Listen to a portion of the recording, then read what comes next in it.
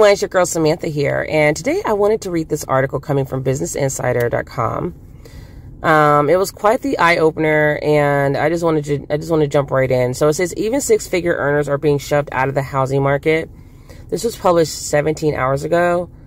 So I'm going to go into the bullet points. It says homes aren't as affordable or available for six-figure earners as they were 2 years ago per NAR. Home prices are up, inventory is down, and the share of houses affordable on a 100,000 shrinking salary keeps shrinking. A $100,000 paycheck is now considered middle class in a housing crisis era. And personally, I did not know that $100,000 was considered higher than middle class or upper middle class. I thought it always was considered middle class at best. And now I don't even see it being considered middle class, even though this article is saying it's middle class. Because this article is basing middle class on income, and I think it should be based on net worth and, your assets versus your liabilities. That's what I look at when I consider myself middle class. So even if I'm making $100,000 a year or making, six figures, I don't consider myself middle class if my cost of living is still keeping me in a paycheck to paycheck lifestyle. Like I'm still struggling to make ends meet. I don't have any, especially like any emergency savings or retirement savings, etc. To me, if you don't have those things and you're not stable and living comfortably with money left over each month, then to me, it's just not a middle class lifestyle. So a six-figure salary is no longer enough to buy a home. Not really. Availability and affordability for households earning $100,000 has dropped since 2019, the National Association of Realtors, or NAR, reported. Home prices shot up by 13% year over year in October, while housing inventory fell by 12% in the same time frame. Due to weaker affordability and lower inventory, there are 503,000 fewer homes available for sale that this household can currently afford to buy compared to 2 years ago, Nadia Evangelou, NAR's senior economist and director of forecasting, wrote in a blog post. That's a huge drop, as the number was 348,800 as of October 2021. That means more than half the houses that a $100,000 earner could afford are off the market. So that's definitely scary. It's like it really brings the pressure to millennials and, maybe even Gen Zers who kind of starting to emerge into the housing market as they age out of their parents' homes and graduate from high school. It's just really concerning that there's just not an affordable home available for us on the market. And so this is why I usually, I actually own property, like raw land. And there's two movements happening within my generation, which is the tiny home movement and homesteading movement. And those two movements, of course, like the tiny homes, I know people have heard of that, like when people are buying these smaller homes and just really downsizing and living more frugally or more simplistic lifestyle. And then the homesteading movement is when you're buying acres and acres of land and you're essentially planning to live off the land. So you might have some livestock, some farming going on, just even if it's just, personal farming to feed your family, like some gardening or something along those lines. And you're putting either a trailer on the property, or some people have even been more creative, putting container homes on their properties, or like a modular home that's, that's a little bit more affordable because it's already pre-manufactured before it is settled onto the foundation on your property. So to me, I just find it to be a lot easier to break into the housing market by buying owner-financed raw land and then putting a house onto that land. So home prices have been going up for years at a steeper rate than they did ahead of the Great Recession. By 2018, first-time buyers were paying 39% more than first-time buyers did at the same age nearly 40 years ago. The pandemic housing crisis, marked by historic housing shortage, only exacerbated the situation. And this reminds me of my mother when she asked me like a few years ago why I was not buying a house, like why I hadn't bought a house yet. And she was like, you have the VA loan, just go buy a house. And she was just saying it like she was living in this fairy tale land. And I don't know if she just didn't realize that my salary had not increased with the housing prices. And I think that's just so interesting because a lot of people are, Americans, that's what they bank on, is that the housing market will the houses that they're buying will appreciate. And so if the housing prices are always appreciating, that's just telling you that your children are not going to be able to buy the same house that you bought 20 years ago at the same price, because for it to appreciate, the house has to gain more in value. The house price has to go up. And so my mother, like I told her, I was like, the house you bought in the 90s for $99,000 is not going to be that price anymore. For me, it's going to be like $250,000, if not higher, for that same house. And then that's kind of demoralizing as well for my generation, because that house is older, but I'm paying like 3 times more. And on top of that, I had to let her know that my salary is the same as yours was 20 years ago. So salary has definitely not kept up with inflation or the appreciation of the housing market. So let's continue. So there have been 20 times fewer homes built in the past decade than in any decade as far back as the 1960s. And that's actually what I was going to say too. On top of the inflation and the rising cost of housing because of, the homes appreciating naturally, I guess, their value increasing, the inventory is not there. And so the boomer generation they're a large generation. So the millennial generation is pretty large as well. So you just don't have, and then like with the pandemic happening, people kind of sheltering in place, the housing prices just be going so astronomically high out of nowhere this year in 2021. And even just boomers living a different lifestyle where they're not retiring as early as they used to. They're not downsizing. They're just like my mother. She has a single family home in Georgia and she plans on dying in that home. Like she's just going to stay in that house. And she told me that. And so because she's not planning to downsize and get like a 2-bedroom condo or something like a lot of retirees tend to do as they get older, that's a starter home that a millennial like me will not be able to purchase because she's not leaving her home. So it's like the boomers are a big generation and they're staying put. They're staying in their houses. So where does that leave millennials? Like, how are we buying our first homes? And I guess, I don't know if they just assumed, boomers are going to be upgrading their home so that you have that. You used to have that, when the economy was good and the salary you was getting matched that economy. You used to be able to buy that starter home, which is why they call it a starter home. And then you would sell it and, invest the equity into a larger, like, forever home. But nowadays, no. This economy going downhill. Now the boomers basically just stay in their starter homes for 30 some years and they never leave it. So it's like not only are they staying in these houses and they're not even able to upgrade at some point, once their families grow or they start to make more money, but they also just are not even downsizing. They're just staying where they are. Because you might downsize, but everything else around you has increased as well. So by the time they leave that house and try to quote unquote downsize, they're probably going to end up paying the same amount, if not more, for a smaller place. If you think about it, it's really insane how this economy is just how it's progressing. And it's not doing great. It's not progressing forward. It's not having an upward trajectory. Like, I'm just very concerned at the direction of this economy. And so I definitely live below my means because I see a lot of red flags. I see a lot of scary things happening, like the Great Resignation, the Great Recession.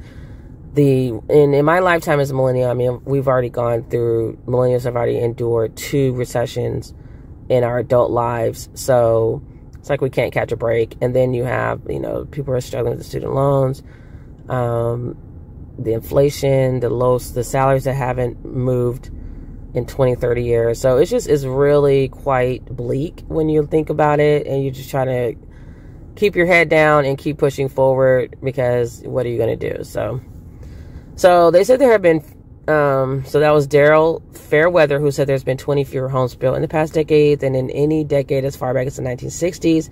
And he's a chief economist at Redfin He told Insider this back in April of 2021. It was no match for pandemic demand as citygoers flocked to the suburbs in hopes of buying more space during the pandemic. America began running out of houses. A lumber shortage didn't help matters as Americans bought more new houses than the lumber industry could keep up with, and skyrocketing lumber costs were passed down to home buyers. Coupled with the lack of inventory, it pushed the national median home sale upwards before reaching a record high of $386,888 in June. So $100,000 is no longer what it used to be. The price of houses isn't the only thing that soared. The cost of living has increased for practically everything, from college tuition to healthcare, as well as groceries, gas, etc. They did not put that in the article. I added that myself. So income increases simply have not kept up with the exponential increase in living costs, and the pandemic has only thrown job loss and pay cuts into the mix.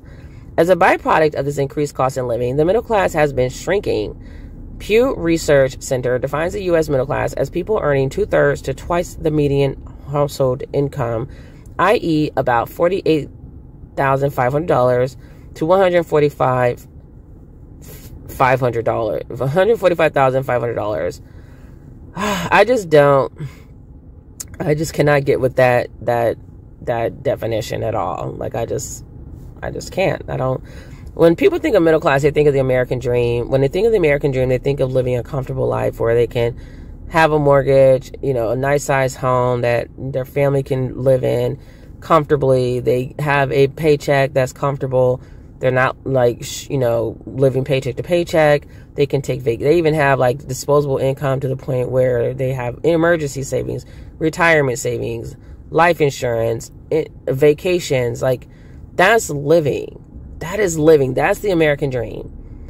We're not living. The American dream hasn't been attainable in a long time, especially for like my generation. It's just been like such a struggle to try to get that dream. And then you throw in all these other factors, like people not really marrying like they used to, or waiting later to get married and start families, and the salaries not moving for decades. It's just a lot there. And it just, I don't know, it's just not, to me, the middle class has been an illusion from the beginning because of the way that it is defined in this country. And so it just makes it really hard to say it's shrinking when I'm wondering, like, was it really ever there? Was it always a facade, an illusion?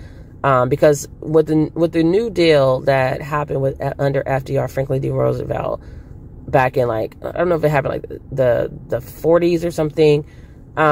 It's like the government was basically propping up the middle class. Like, they basically created or manufactured the middle class. So it really makes me wonder, because if, the way the middle class basically like is disappeared now, it's not even 100 years later. It just, to me, it just, the way it appears even back then, the way it was created, it's like, was it ever really real?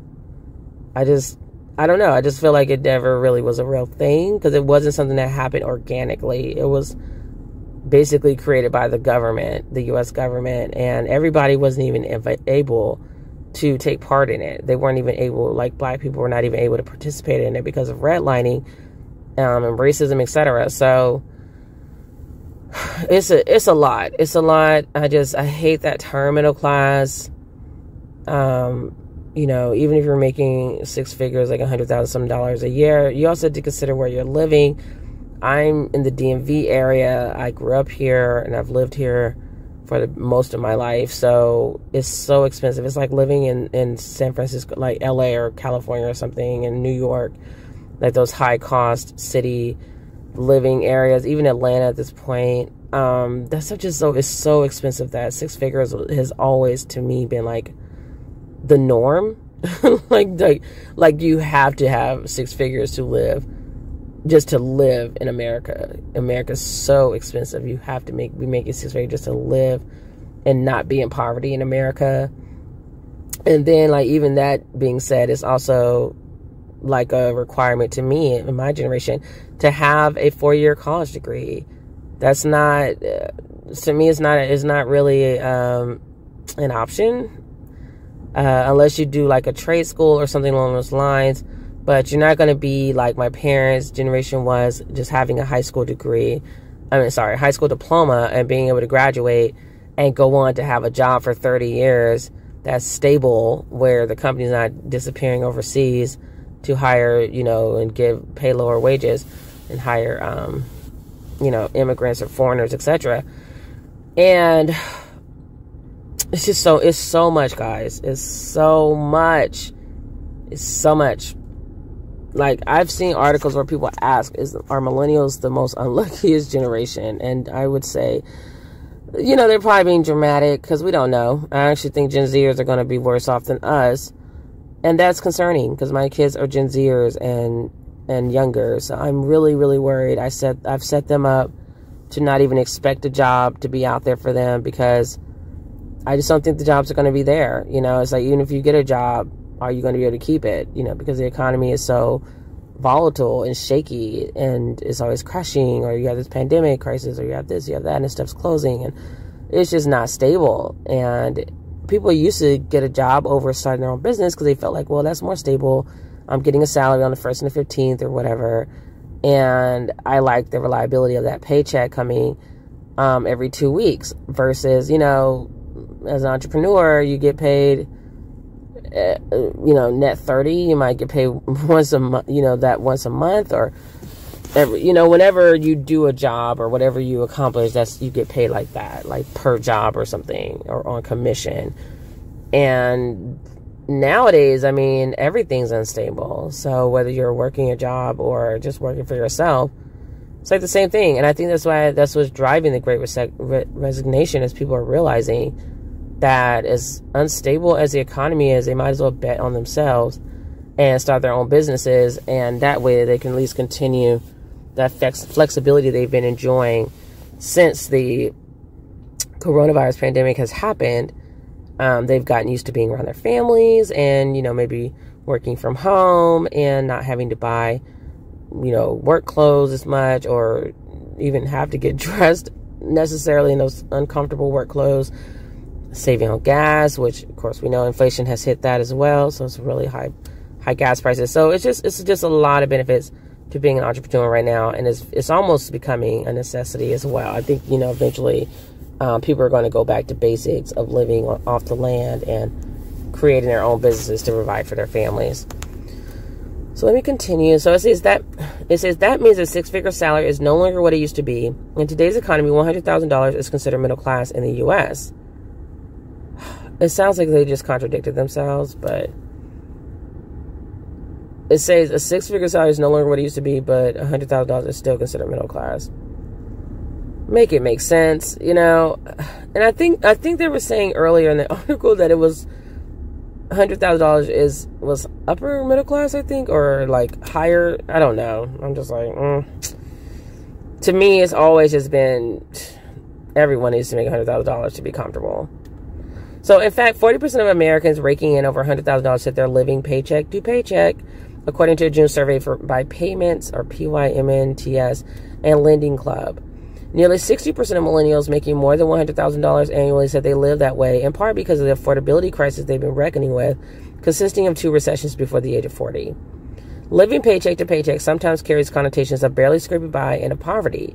The reality of a paycheck-to-paycheck lifestyle in the United States today is much more complex, and the current economic environment has made it even more complicated, the report reads. Millennials just so happen to be the cohort driving the housing market right now. That this generation most feels broke on a 6-figure paycheck says a lot about how difficult it's become to buy a home for the first time, even for high earners. And that is just, so scary. It's scary. So, I feel like, my take from this and how I've been building my life and my generational wealth for my family is, one, live very below your means. Try to have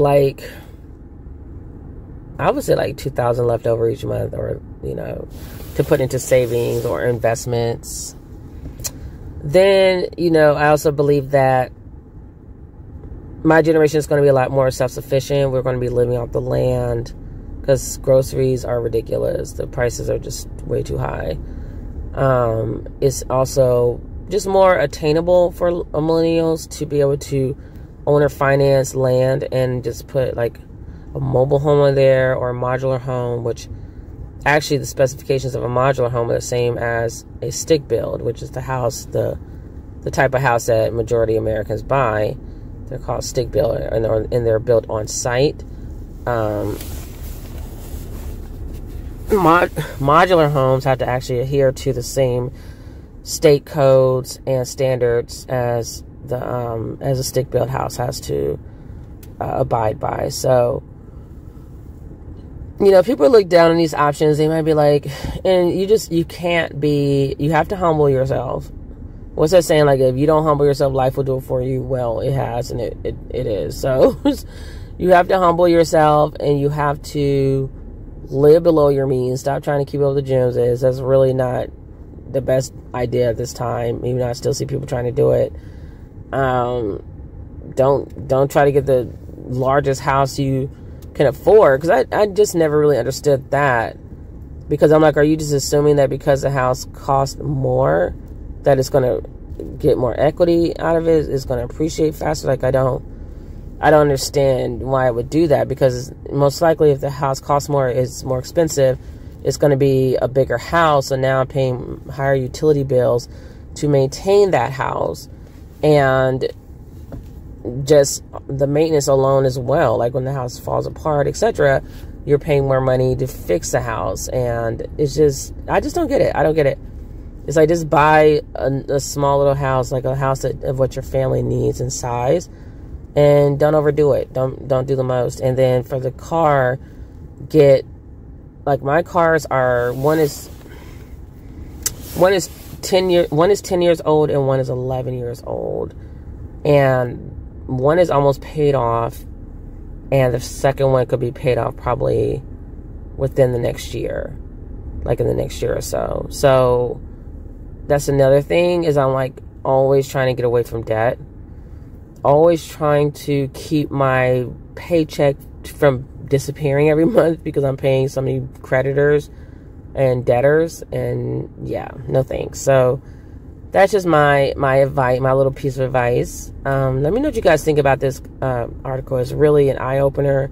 It's actually very alarming to me, and I think even with the facts staring me in the face, I still feel like there were things that weren't said properly in this article to adequately prepare the average American for what's to come. So make sure to like, share, and subscribe. And thanks for watching this video, and I'll see you guys in the next video. Peace.